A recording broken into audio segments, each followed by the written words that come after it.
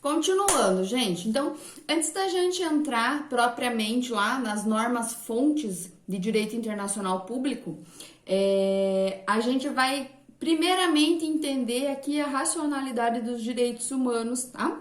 O que eu preciso que vocês saibam, entendam, até mesmo porque isso hoje é tópica que cai na prova da OAB e em todos os concursos que vocês podem ter em mente, tá? Então, para quem aí diz que não gosta de direitos humanos, de repente você pode escolher uma outra categoria para pertencer, né? Quem sabe os cetáceos, as aves, né? Você é humano, não tem como você não querer direitos humanos, tá? A gente parte desse princípio, tá bom? Então, a Unesco, gente, ela dá um conceito do que são os direitos humanos e eles podem ser entendidos como a proteção institucionalizada dos direitos da pessoa humana contra os excessos do poder cometido pelos órgãos do Estado ou regras para se estabelecer condições humanas de vida e desenvolvimento da personalidade humana. Em uma dimensão ética, tais direitos pertencem ao homem pela simples qualidade de humano, tá? De ser humano. Ser humano, não ser humano, ser humano, tá? São direitos inerentes à existência humana. Porém, esses direitos inerentes à existência necessitaram ser reconhecidos, né? Necessitaram ser codificados, porque antes disso a gente não entendia assim. Na Grécia Antiga, então, entendia-se que existia que nós nascíamos com direitos, né? O justnaturalismo, né? Que os direitos eram naturais a gente. Com o passar do tempo e com o desenvolvimento do pensamento jurídico, a gente hoje sabe que não, né? Que o direito, assim como os direitos humanos, são uma construção da vida, né? Da vida moderna, da sociedade. Então, para eles serem reconhecidos, para eles existirem, primeiro eles precisam ser criados, né? A gente precisa criá-los. E a partir do momento em que a gente cria-os, né? Cria-os com base na experiência humana, né, nos costumes, na experiência, a gente então codifica-os, reconhece-os perante a sociedade como direitos, tá? Essa é a ideia aí principal e é a ideia principal até da formação da norma, né? Então, os direitos... eu refuto a ideia de justnaturalismo, tá? Assim como outros vários doutrinadores que vocês vão encontrar. Claro, a gente tem a corrente do justnaturalismo, é óbvio, assim como a gente tem hoje a corrente do pessoal aí que entende que a Terra é plana, beleza? Vai nessa, tá? É a sua forma de pensar. Mas a gente aqui, como eu quero ensinar vocês corretamente, a gente refuta a ideia do justnaturalismo e entende que o direito é uma construção social, tá bom? Por favor, gente, tá? Então, o direito internacional mais direitos humanos, então, né? No âmbito do direito internacional, os direitos humanos necessitaram dessa positivação, que a gente já comentou anteriormente. A positivação veio através dos tratados e os pactos e as declarações, tá? Porque senão a gente não conseguiria hoje ter uma pacificação em torno disso, tá?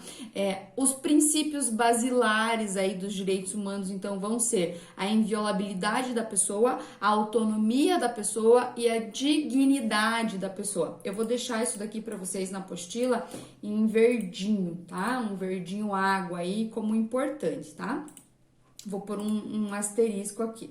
Princípios basilares, verdinho e estrelinha, tá bom? Para vocês saberem os princípios dos direitos humanos aí, os basilares. Então, passando a isso, a gente vai ter as características dos direitos humanos, tá, gente? E veja, OAB adora essas características, são 13 características, tá bom? A OAB ama as características, vou deixar em verdinho também para vocês aqui. Então, historicidade é a primeira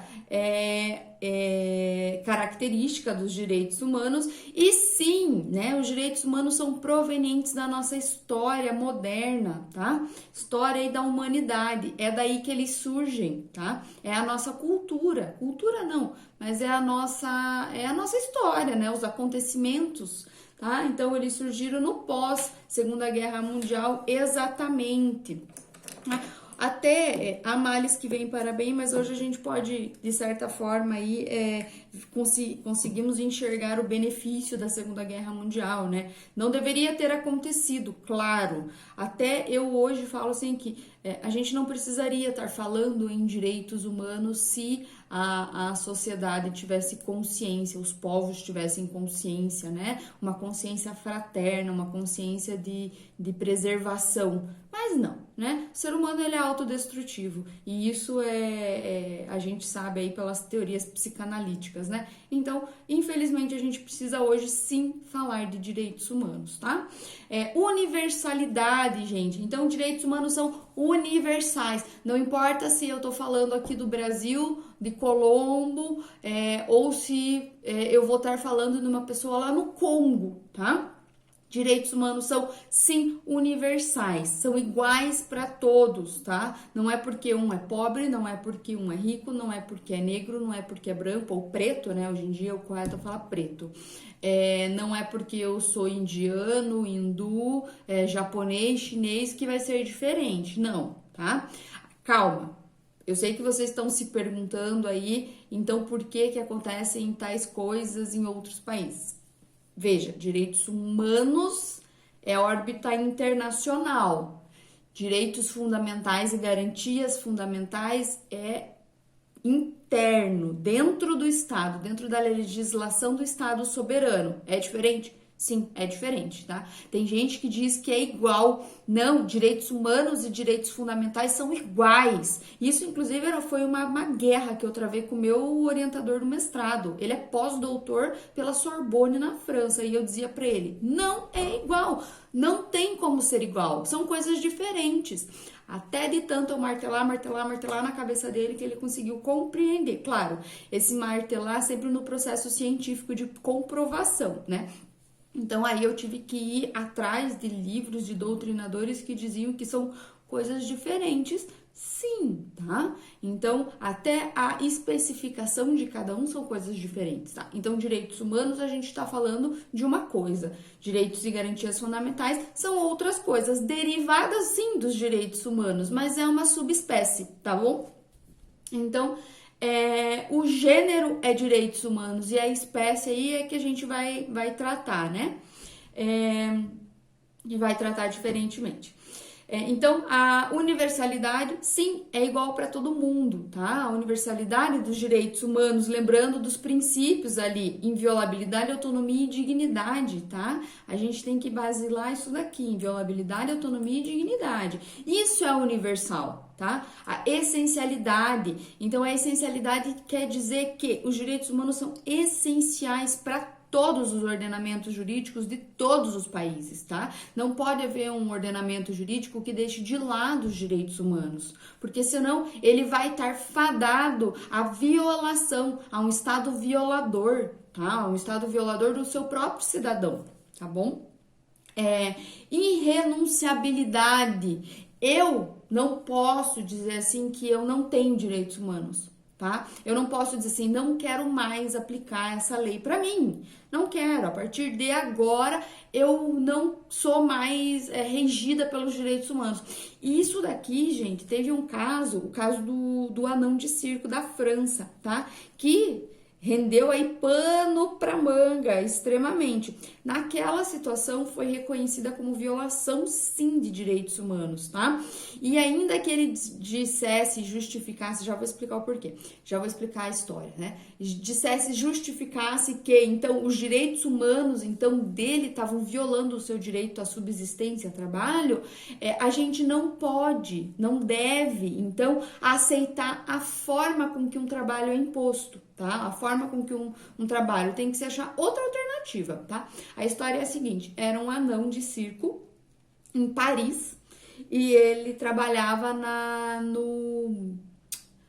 esqueci o nome do negócio, não é catapulta, era tipo uma catapulta. O nome da peça lá, do quadro dele no circo era lançamento de anão, né? Então aquilo foi reconhecido como ultrajante, né? Ele, por conta da deficiência dele, ser lançado em uma catapulta. Ele alegou lá na Corte de Justiça da União Europeia, na Corte de Direitos Humanos da União Europeia, que esse reconhecimento de que era violação de direitos humanos, que ele não poderia mais fazer aquilo, era um ultraje, estava violando o direito dele ao trabalho e da sua subsistência. Então a União Europeia falou assim, olha, em que pese você precise trabalhar, você não pode ser submetido a um trabalho que denigra você, denigra a tua imagem, denigra a tua condição, tá? A tua dignidade, tá? Então esse trabalho foi sim, ele não pôde mais fazer aquela apresentação e às vezes aí alguns vão se perguntar, né, poxa, mas o cara queria trabalhar, ele não se importava. Tudo bem, ele não se importava, mas veja que às vezes a pessoa tá tão inserida naquele sistema violador, a própria concepção dela como ser humano tá tão denegrido, tá tão violado, que ele não enxerga, que ele não percebe o que tá acontecendo, tá? Então, é essa modificação de pensamento que tem que haver, tá? Então, é irrenunciável? É irrenunciável. Ele não pode simplesmente, a pretexto de um outro direito e garantia fundamental, como o do trabalho, renunciar ao direito humano dele à dignidade. Não tem como, não dá. Um tá interligado com o outro. Aquele trabalho não era digno, tá? Aí tiveram realocar ele, então vira o palhaço do circo, né? Como anão, né? Já que ele acha que ele conseguiria, então eles tentaram realocar ele e foi proibido o lançamento de anão naquela circunstância, tá? Eu não lembro se era uma catapulta ou se era um canhão. Eu acho que era um canhão. Enfim, um ou outro, de qualquer forma, foi reconhecido como violador, tá? Inalienabilidade. Então, os direitos humanos, eles não podem ser fruto de venda, alienação por parte do ser humano, tá? Eu não posso dar minha vida em garantia, tá bom? Eu não posso dar a minha vida como garantia num imóvel, num bem, beleza? Até mesmo como a gente aprende isso no direito civil, que eu não posso dar em garantia, não posso vender partes de mim, né? É um objeto não aceito, ilícito, não é um objeto lícito para um negócio jurídico. Aqui também não é alienável, tá? Então a minha vida não está à venda, a minha vida não é negociável, tá? E por conta disso, aí a gente tem dessa discussão, as raízes feministas até trazem aí ideias dos casamentos arranjados, né? Que aquilo ali tá sim trabalhando e negociando a vida de uma outra pessoa, né? Mas aí é outra história, né? Disso daqui o desdobramento é imensurável, né? A gente consegue tratar aí de muitas questões. Indisponibilidade também não é disponível, eu não posso revogá-los, eu não posso dispor deles, tá? Então é inerente a mim, tá bom? Inesgotabilidade. Hoje, a gente tem a 5ª geração de direitos humanos que vai estar aí tratando da esperança, do futuro, do constitucionalismo, né? Essa 5ª geração de direitos humanos, sei lá, pode ser que daqui 10 anos a gente esteja na 7ª geração, 8ª geração, tá? Então, conforme a sociedade vai evoluindo, a gente vai reconhecendo outros direitos humanos essenciais à nossa vida, essenciais à nossa existência hoje, tá? Então, isso tem a ver com a primeira característica, que é da historicidade, né? Conforme a história, conforme o mundo vai evoluindo, a gente vai tendo o aparecimento de outros. Então, eles não são esgotáveis, né? Até o começo do século, aí a gente estava na 3ª geração de direitos humanos. Eu, na faculdade, estudei só até a 3ª geração na minha época. Então, hoje a gente já está na 5ª. Veja aí como as coisas foram evoluindo com o passar do tempo, tá? Até mesmo pela questão da revolução, das revoluções industriais que a gente teve e com certeza teremos outras, né? Revolução da informação, tudo. Imprescritibilidade, então não são prescritíveis. A partir do momento em que um direito humano meu é violado, que a minha dignidade humana é violada, eu tenho que ter o direito aí a buscar o meu ressarcimento, buscar o meu direito que foi violado, tá? Efetividade. Então, gente, aqui é o grande X da questão. A efetividade, ela vai estar atrelada ao Estado. ao Estado garantir os meus direitos humanos, tá? E essa efetividade, sim, aí vai impactar nas garantias e direitos fundamentais. Muito importante isso, tá? Porque efetividade é um dos grandes problemas que a gente tem quando a gente trata tanto de direitos humanos quanto de direitos e garantias fundamentais em âmbito interno dos estados, tá? E é aqui que as coisas se confundem, que as pessoas acham que é a mesma coisa, mas não é, tá? Inviolabilidade, então os direitos humanos são invioláveis, não podem ser violados por ninguém, sob pena aí de incorrer na violação. Como a gente está tratando aqui de direitos humanos, então são essencialmente aqueles em que o Estado deve garantir frente ao indivíduo, a gente vai ter aqui o fato de que a violação pode ensejar um processo, né? Um processo de reparação, de responsabilização daquele Estado violador, tá? Limitabilidade, então os direitos humanos também eles não podem ser limitados, e esse não pode ser limitado quer dizer que em nenhuma hipótese pode ser limitada. A CESP, que é a que faz uma das bancas que mais faz concurso aqui no nosso país, tá? Ela traz, às vezes, a hipótese assim, em caso de guerra, em caso de estado em caso de pandemia, estado de sítio, estado de defesa, os direitos humanos podem ser limitados com base na necessidade do Estado. Errado? Não pode, tá? Então, ele não pode ser limitado, beleza? Inexauribilidade. Então, os direitos humanos não esgotam no ordenamento interno, pois é complementado por vários tratados. Então, vamos supor a hipótese em que um Estado deixa de aplicar um direito, reconhecidamente um direito humano meu, dizendo que eu não tenho fundamento legislativo, não tem previsão no nosso ordenamento jurídico de tal direito, né?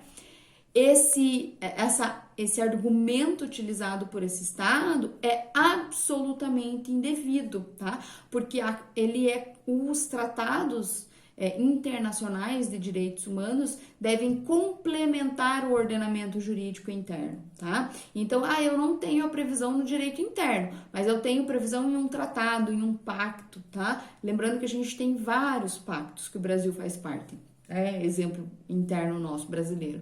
Então, eu não tenho a previsão aqui, mas eu tenho a previsão em uma legislação internacional, em um tratado. Vou aplicar o tratado? Sim, vou aplicar o tratado, tá bom? Então, a gente tem também a questão do efeito cliquet, tá? Em francês, esse cliquet com T mudo no final, ele é a vedação ao retrocesso, tá?